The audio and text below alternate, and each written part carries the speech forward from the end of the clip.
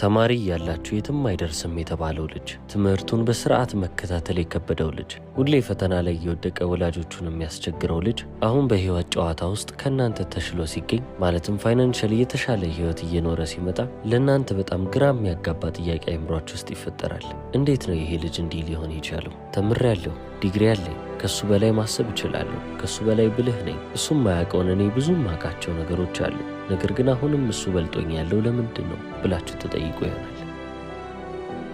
ጥያቄያችሁንም በግማሹ መልሳችሁታል ማለት ይቻላል። እናንተ ከዛ ሰው በላይ የበለጠ ታውቁ ይሆናል። በማሰብ ችሎታም ከሱ የተሻላችሁ ናችሁ። ነገር ግን ኢንተለጀንስ ወይንም ይህ የማሰብ ችሎታ የሀብት ግንባታ ላይ ያለውን ሚና ስንመለከተው ብዙ ጊዜ ይጋነንለታል እንጂ ያን ያህል አስፈላጊ የሚባል ነገር አይደለም። እንደውም አንዳንድ ጊዜ ሰዎችን ድህነት ውስጥ እንዲቀሩ ያደረጋቸው ብዙ ማወቃቸው ነው። ስለዚህ ዛሬ የምንመለከተው የገንዘብ ህጎች ነው። በተጨማሪም ደግሞ ምንም አያውቁም፣ ምንም አልተማሩም፣ የማሰብ ችሎታቸውም ደካማ ነው የምትሏቸው ሰዎች የገንዘብ ህይወታቸው ከምን ጊዜውም በላይ ያማረ እየሄደ ያለው ለምን እንደሆነ እንመለከታለን። ከሁሉም በላይ ግን እናንተ ኢንተለጀንት ነኝ ብላችሁ የምታስቡ ከሆነ የማሰብ ችሎታችሁ በጣም አሪፍ ከሆነ ይህንን የማሰብ ችሎታችሁን እንዲጠቅማችሁ ነው እንጂ መንገድ እንዳይዘጋባችሁ ማድረግ ትችላላችሁ። ስለዚህ እሱንም እንመለከታለን ማለት ነው።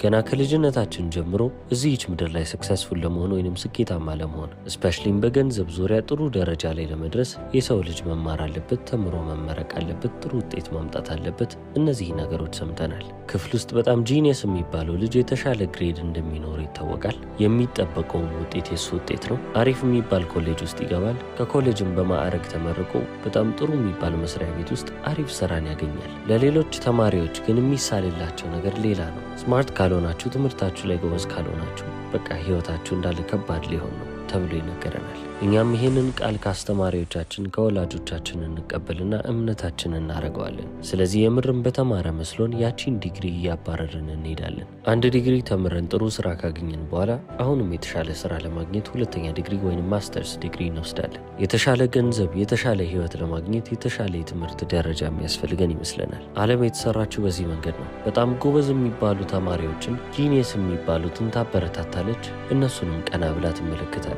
እውነታው እንደዛ ቢሆን ኖሮ ዓለማችን ላይ ሀብታም የሚባሉት ሰዎች ሳይንቲስቶች፣ ዶክተሮችና በቀለም ትምህርታቸው ጂኒየስ የተባሉ ሰዎች እዛ ቦታ ላይ ይገኙ ነበር።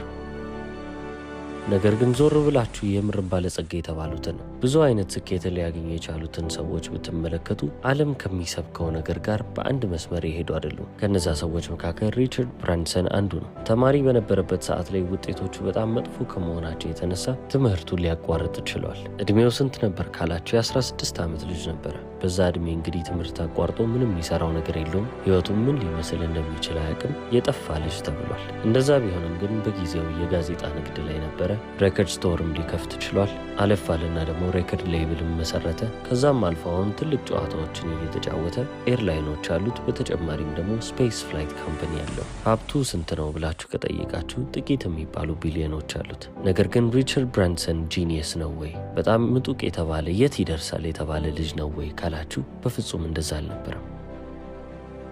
ሌላኛውን ገጽ ደግሞ ስንገልጠው ኒኮላይ ቴስላ የሚባል ሰው እናገኛለን። የምርም ጂኒየስ የሚባል ሰው ነው። ዓለማችን ካየቻቸው የፈጠራ ሰዎች መካከል አንደኛው ነው ሊባልለት ይችላል። ኒኮላይ ቴስላ ተጽዕኖ ያላሳደረበት ምንም አይነት ሞደርን የሚባል ኢንቨንሽን ወይም ደግሞ የፈጠራ ስራ የለም። ምንም አይነት ቢዝነስ ባይሰራ እንኳን የፈጠራ ስራዎቹ ላይ ፓተንትን ሊይዝ ቢችል ዓለማችን ላይ ከታዩ በጣም ባለጸጋ ከሚባሉ ሰዎች ውስጥ አንዱ መሆን ይችል ነበር። ነገር ግን እሱ እንዳልኳችሁ ጂኒየስ ነው። ምንም አይነት ቢዝነስ ስኪል አልነበረው። የንግድ ሰው አልነበረም ማለት ነው። ስራው ፈጠራ ብቻ ነው። እየፈጠረ ፓተንቱን ለማን እንደሚተው ፈጣሪ ነው የሚያውቀው። ብቻ የኒኮላይ ቴስላ የፈጠራ ስራዎች ፓተንት ባለቤት እሱ አልነበረም። መረጃዎች እንደሚገልጹት ከሆነ ኒኮላይ ቴስላ ሲሞት እዛች ሆቴል ክፍል ውስጥ ነበረ።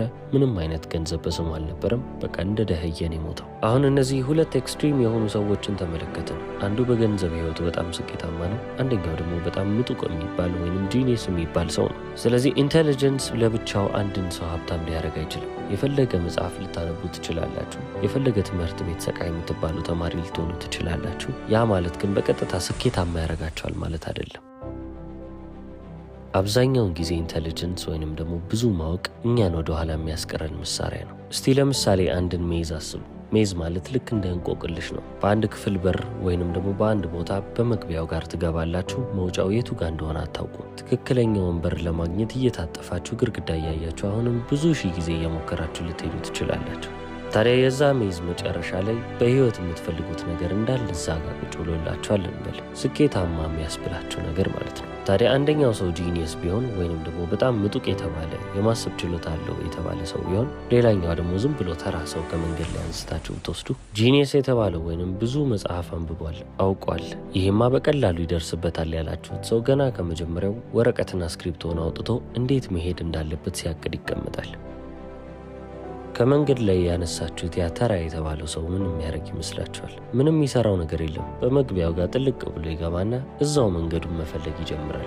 ያው ብዙ ጊዜ መሳሳቱ አይቀርም፣ ብዙ ጊዜ ከግድግዳ ጋር መጋጨቱ አይቀርም። 10,000 ጊዜ ሊዞርና አንድ እዛው ተመሳሳይ ቦታ ላይ ሊቀርም ይችላል። ነገር ግን እያንዳንዱ ስህተት ቢያንስ ለቀጣዩ እየረዳው ነው የሚሄደው። ወደ አንደኛው አቅጣጫ ሲታጠፍ ትክክለኛው መንገድ እንዳልሆነ ሲገነዘብ ድጋሚ ወደዛ እንደማይዞር ግልጽ ነው። ስለዚህ ለመሳሳት የፈቀደ ሰው ነው ማለት ነው። ጂኒየስ የተባለው ሰው ስህተት ለሱ በጣም አሳፋሪ ነገር ነው። መሳሳትን አጥብቆ ይፈራል። ፐርፌክሽኒስት የሚባለውን ስም ብዙ ጊዜ ሰዎች ይወዱታል። አንድ ነገር ፍጹም በሚባልበት ደረጃ ላይ ካልሆነላቸው ያንን ነገር ማድረግ አይፈልጉም። ተራ የተባሉት ብዙም አያውቁም የተባሉት ሰዎች ግን አይደንቃቸውም። እንዲህ አይነት ነገር ለእነሱ ብርቃቸው አይደለም። ህይወት ሁሌም ቢሆን ኮርኩማን ያስተማረቻቸው። ስለዚህ አሁንም 1000 ጊዜ ቢሳሳቱ ምንም አይመስላቸውም። ከስንት አንዴ ግን ትክክለኛ የሚባለውን ውሳኔ ይወስናሉ።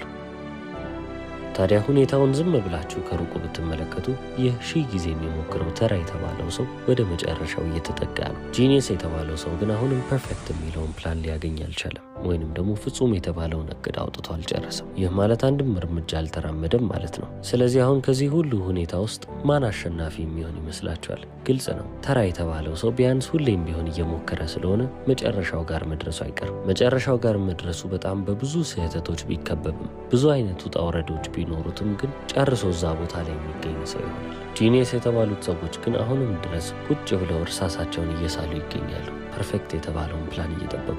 እነሱ ፐርፌክት የተባለውን ፕላን እየፈለግኩ ነው ብሎ ያስባሉ እንጂ ውስጣቸው ስህተት የሚባለውን ነገር አጥብቆ ስለሚፈራ ነው። ከዛ የበለጠ ነገር የለውም። ፈሪ ናቸው። እዚህ ኢትዮጵያ ውስጥም ብዙ ጊዜ ይባላል አይደል? መሀይም ደፋር ነው፣ የተማረ ይፈራል ይባላል። በንግድ ዓለም ውስጥ በጣም ስኬታማ የሚባሉትን አብዛኛውን ሰው ስትመለከቱ የተማሩ ሰዎች አይደሉም። ተራ የሚባሉ ህይወትን ግን ማሸነፍ አለብኝ ብሎ ያሰቡ ሰዎች ናቸው።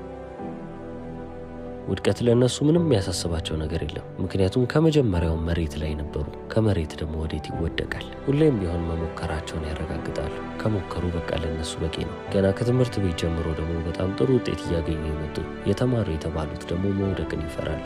ምክንያቱም ከድሮ ጀምሮ ከፍታን አይተዋል። በትምህርት ቤት ውስጥ በዩኒቨርሲቲ ውስጥ ለእነሱ ኤ ማምጣትና የደረጃ ተማሪ መሆን ከፍታ ነው። ያቺንም ነገር በህይወት ውስጥ ለማስጠበቅ ይሞክራሉ። ውድቀትን ሳያዩ ሁሌም ቢሆን ከላይ ሆነው መጨረስ። ይህ ለምንድን ነው የሚሆነው ካላችሁ፣ ከድሮ ጀምሮ አንተ ልጅ ስማርት ነህ፣ አንቺ ልጅ ጂኒየስ ነሽ እየተባሉ ሲያድጉ ይህንን ነገር የእነሱ አይደንቲቲ ያደርጉታል። ማንነቴ ነው፣ ከዚህ ነገር በታች መሆን አልችልም ብሎ ያስባሉ። ስለዚህ በህይወት ምንም አይነት ውድቀት ካጋጠማቸው ፈተና ወይንም መሰናክል ብለው አይደለም የሚያልፉት፣ ማንነታቸውን የሚያጠቃ መሳሪያ ነው። ለዚህ ነው በትምህርት ቤት ውስጥ ሰቃይ የሚባለው ተማሪ ከዩኒቨርሲቲ በማዕረግ ይመረቃል። ከዛም ሁለተኛ ዲግሪ፣ ማስተርስ ዲግሪ፣ ፒኤችዲ፣ መጨረሻው ደግሞ ምን ይሆናል? የኮሌጅ ፕሮፌሰር መሆን። በህይወት ውስጥ አንድም ጊዜ ቢዝነስን ሞክሮ አያውቅም። ሪስክ የሚባል ነገር ለሱ አስፈሪ ይሆናል።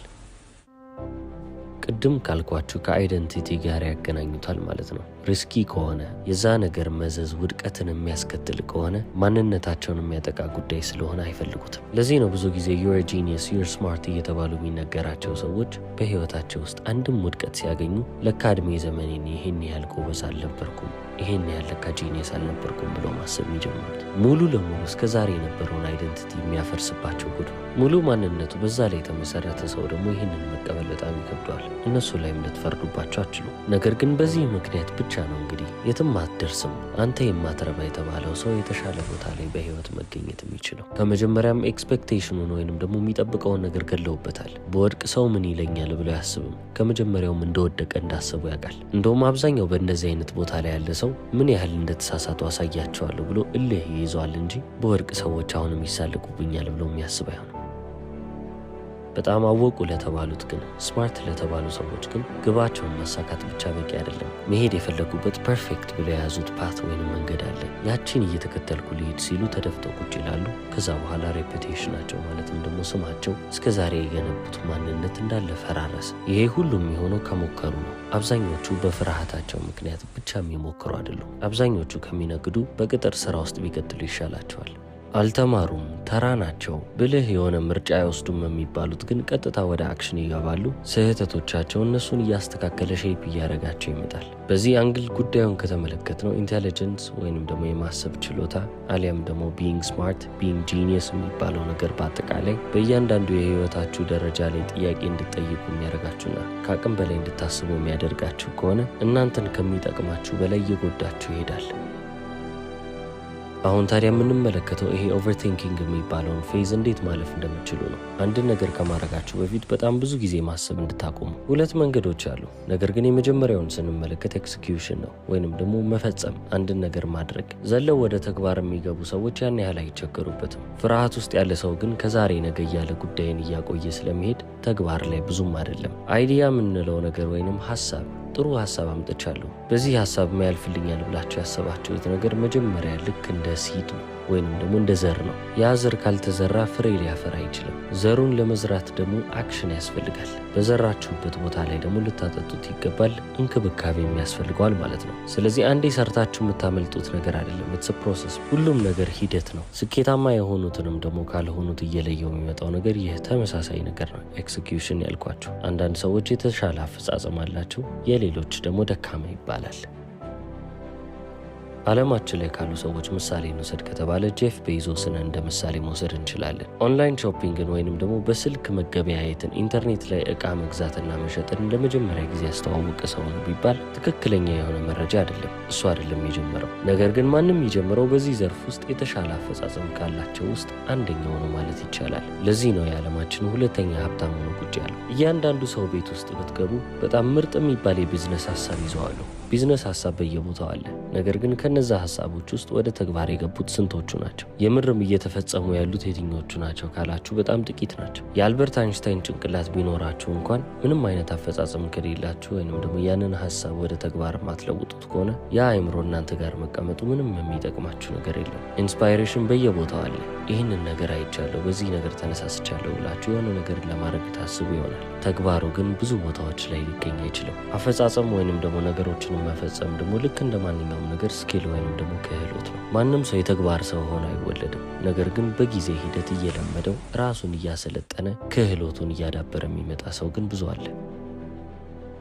ታዲያ አሁን የመጀመሪያውን ስቴፕ አይተናል፣ ኤክስኪዩሽን ወይንም ደግሞ ነገሮችን መፈጸም። ወደ 2ኛው በጣም አስፈላጊ ነገር ስናልፍ ሶሻል ኢንተለጀንስ ይባላል። ይህንን እስቲ አንድ በሚታወቅ ባለሀብት ላስረዳችሁ። ስቲቭ ጆብዝን መቼም ታውቁታላችሁ። የአፕል መስራች ከነበሩት ውስጥ አንዱ ነው። አፕል ውስጥ የነበረውን ሚና ግን ከተመለከታችሁት እዛ ድርጅት ውስጥ ከነበሩት ኢንጂነሮች ሁሉ የተሻለ አልነበረም። እነዚህን ፕሮዳክቶች፣ ስልኮችና ማኪንቶሽ ኮምፒውተሮችንም የሰራ ሰው አይደለም፣ ኮድም አላረግም። ነገር ግን ራዕይ ነበረው። የመሪነቱን ሚና ወስዶ ነበረ። ሀሳብን እንዴት አድርጎ መሸጥ እንደሚችል የሚያውቅ ሰው። ለገንዘብ ብቻ የሚያመጣውን ነገር አትመልከቱ። ዓለማችን ላይ በጣም ቤስት የሚባሉትን ወይንም ደግሞ ምርጥ የሚባሉትን ኢንጂነሮች እንኳን ወደ ድርጅቱ ለማምጣት ስቲቭ ጆብዝ ራሱ ማሳመን ነበረበትና ያም ጥበብ ነበረው። ወደ ገበያው ወደ ዓለም ደግሞ ስንመጣ አፕል የሚሸጣቸው ፕሮዳክቶች ምን ያህል ነገሮችን ሊለውጡ እንደሚችሉና ወደ ቀጣይ ደረጃ ማሳደግ እንደሚችሉ በደንብ አድርጎ ለህዝቡ ማሳመን ቻለ። ስለዚህ ገበያውም የአፕልን ፕሮዳክቶች እንዳለ ምርጥ ናቸው ብሎ ማሰብ ጀመረ ማለት ነው። በዚህ ሂደት ነው እንግዲህ አፕል አሁን ያለበት ደረጃ ላይ ሊደርስ የቻለው። ይሄ ሁሉ የኖረው ግን